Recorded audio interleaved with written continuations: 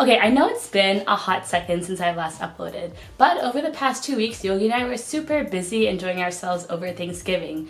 We took a flight back home and did a lot of cooking, shopping, doggy bonding, and watching my brother suffer with his college apps. But now I'm back on that YouTube grind. And since it's been around 3 months since I started my channel, I received quite a few questions that I couldn't do justice to in the comments. So in today's video, I'm going to be exploring some of your questions about working in tech and some of the challenges you may now foresee experiencing in the industry. And I do have some timestamps linked down below, so feel free to hop around.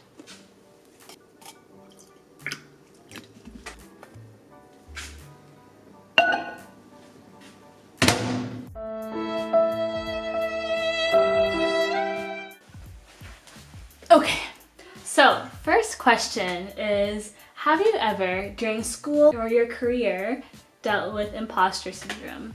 So over the past 10 years, there hasn't really been a time when I haven't experienced imposter syndrome. And imposter syndrome isn't even a syndrome or a condition. It's just the super common phenomenon where people question their accomplishments because of this internalized fear of being exposed as a fraud.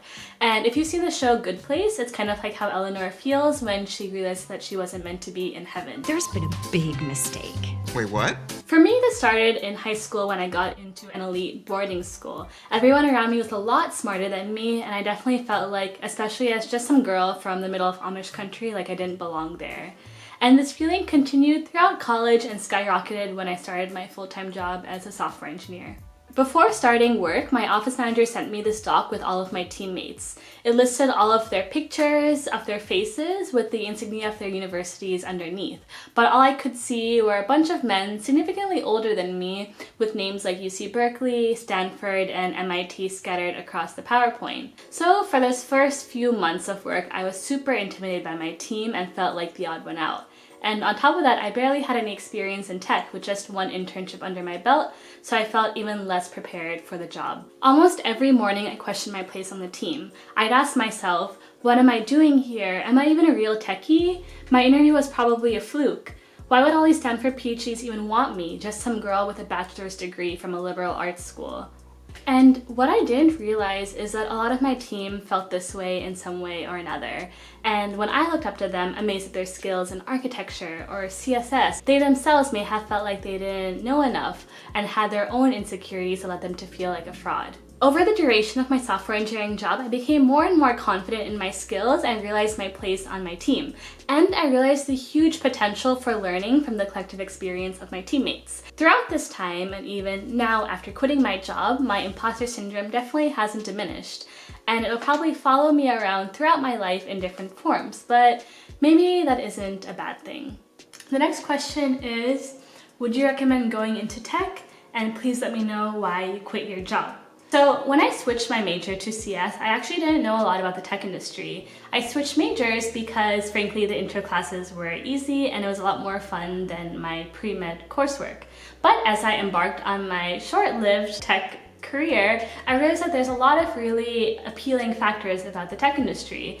Especially as an entry-level engineer, you're given a lot of autonomy. And what this means is that, say there's a project, you're going to be given a lot of power and freedom to lead everything from the design of the architecture, the UI, the implementation, and even management of a potentially large and impactful code base. And especially for someone fresh out of school, that's a really unique and powerful opportunity that you might not find in many other industries. And of course, those crazy perks, generous salary, and prestige that a name like Google can bring to your resume don't hurt. But of course, since I quit my tech job, I must have some gripe with the industry.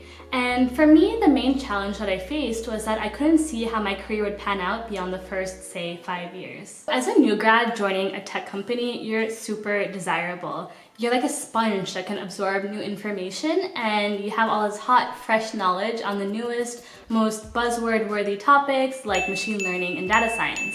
But the problem is that with a field that is so quickly evolving like tech, after just a couple of years, that freshness and the lifespan of your bachelor's degree will fade away by the time you're, say, 30. So I would say that tech is a great launching pad for your career if you enjoy computer science.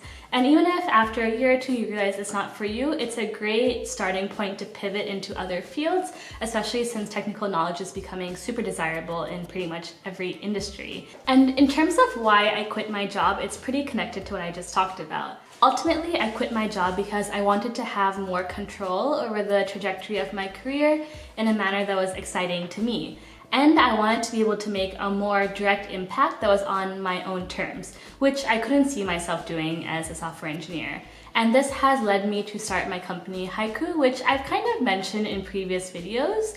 What we do is provide help with admissions and long-term mentorship to students who are in high school and college. And I'll just link it down below if you're curious. Okay, I'm running out of spots to discreetly film around my place, so here I am on the floor next to my trash can. So next question is, how do you deal with your parents by taking CS as your major? Going through the same dilemma and my parents aren't being supportive. I have this really vivid memory of New Year's of 2017. The clock had just struck midnight and my family was over in India. We were staying at my grandparents' place and the first words that my grandmother said to me in the new year were, "I hope you make us proud by becoming a doctor." And this was right after I had declared my computer science major and I was in the midst of applying for internships. And at that point, I hadn't been successful yet. So this moment generated a lot of panic and frustration because I didn't want my decision to let down not only my parents, but my entire extended family. But the thing is, suppose you make this decision based off of what they want and it's something that you're not super happy with. For now, it might seem manageable and you'll just keep trucking along. But fast forward to when you're 40 or 50. This very same decision could lead you to resent those family members because you might not be happy with your career and you're blaming them for it. So ultimately, family is family and they're probably telling you all of these things because they want what's best for you, and it's just up to you to make them proud in whichever field you go into. And regarding getting your parents to accept your decision, this is something that I definitely was really scared of when I told them about me switching to CS. But I think what helped is that I had thought objectively about the situation and proved to them how much I actually enjoyed CS, at least at the time. Specifically, I told them that I wanted to just try it out for one summer as an intern. If I didn't like working in tech, no problem, I would just continue my path towards med school. But if I liked it and got a return offer, that means that there must be something there for me to pursue further. And ultimately, if my parents were not only okay with me switching from med to tech, but also dropping the tech career altogether to start my own thing, I'm sure yours will hear you out as well.